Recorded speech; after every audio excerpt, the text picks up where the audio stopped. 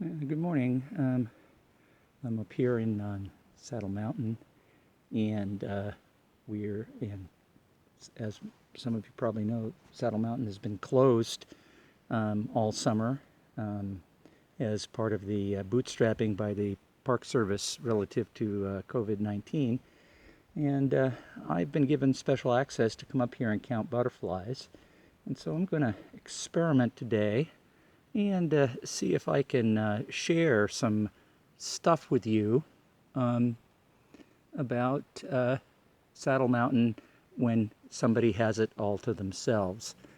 And so the first thing I'm going to do here is try to turn things around. I don't know, I haven't done a lot of videotaping, so we're going to see what happens here.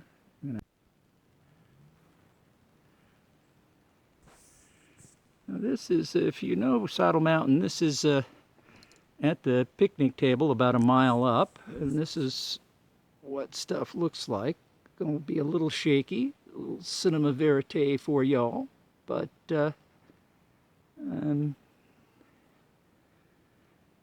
this is what a forest looks like after it's been given some time to get back to nature. And given that there aren't a lot of people up here this year, just me as far as I know, it's a lot less worn than it looks like most years because of folks traveling up here and down and up and down and up and down all summer long. Anyway,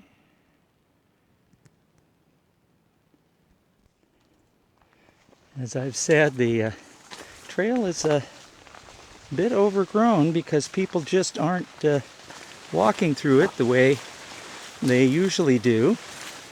And so the some places you can't even be sure where you're putting your feet. I had to cut some spaces open to make sure I didn't fall into any holes. But eventually you get out and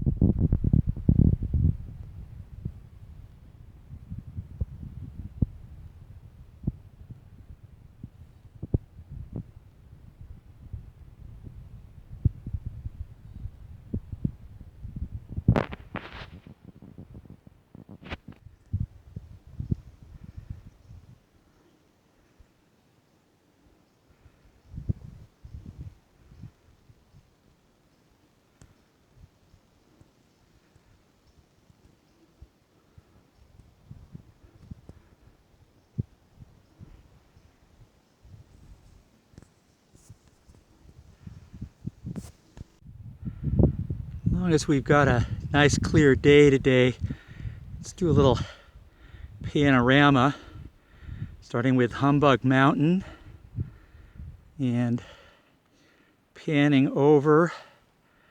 You can see the Sugarloaf, and in the background elements of the North Coast Land Conservancy's Oregon Rainforest Reserve properties, or at least what they're attempting to get there. And if you swing over a little bit more, we got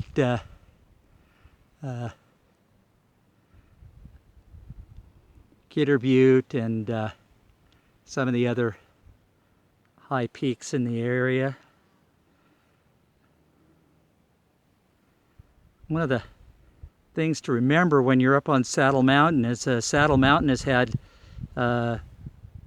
years to recover compared to some of these other peaks. And of course the goal of the Rainforest Preserve is to put more acreage into the same kind of protection that we see up here on Saddle Mountain. And so a lot of what you're seeing up on Saddle Mountain today is hopefully what the Rainforest Reserve is going to look like in another 100 years, plus or minus. And of course it'll only improve as it goes along.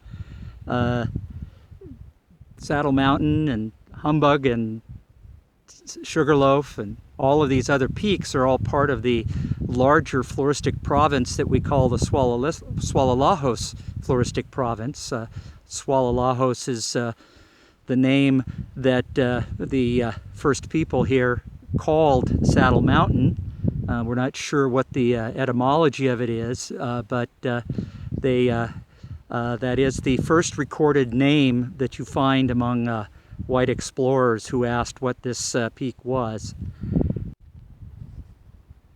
We're up on the upper release site for caterpillars. Came up in early July and released about 700 caterpillars in a couple of spots around here. And this is the upper release site, and it's also one of the places where I sit and watch for silver spots and see if I can figure out how many there are. There are silver spots flying this morning. It's at least 5, but I doubt they're going to show up on the camera.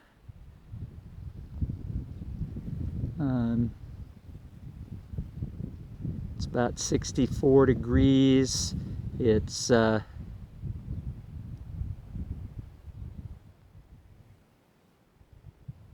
little on the breezy side, but not too bad.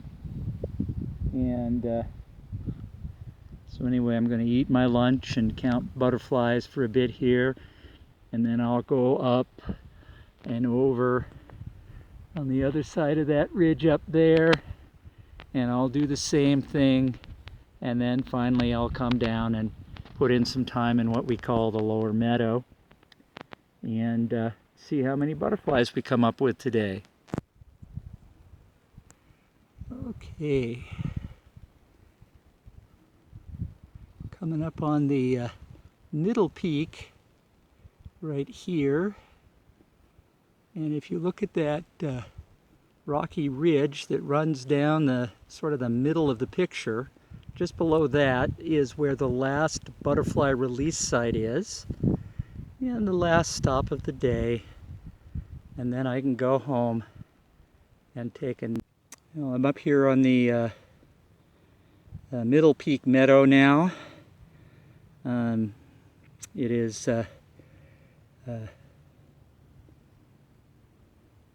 full of blooming goldenrod, and there are at least 4, probably more like 5 silver spots here today, and that gets my total number up to about 15 or 16, I think, which is right on target for what I expected to get.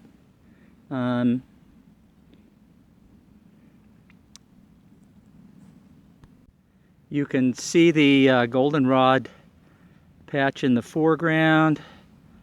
There's the other North Peak where we were earlier looking for butterflies, and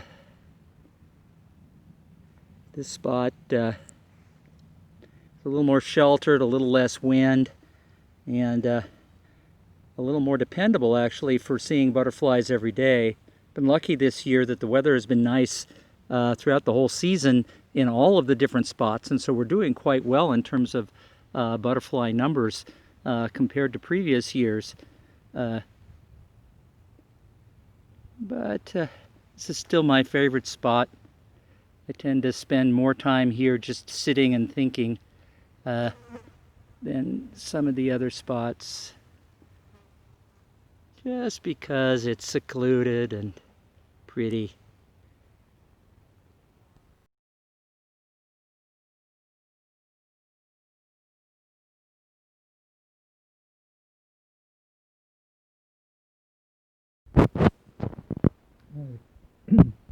Wanted to wrap this thing up. I'm home now.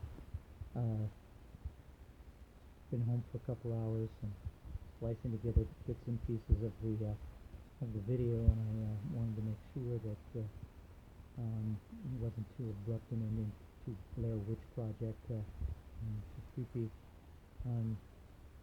Looks like we had about 15 butterflies for the day, and that comes out to something close to 72 for the what we call the index count, which is the running total, which is representative of the total population up on Saddle Mountain.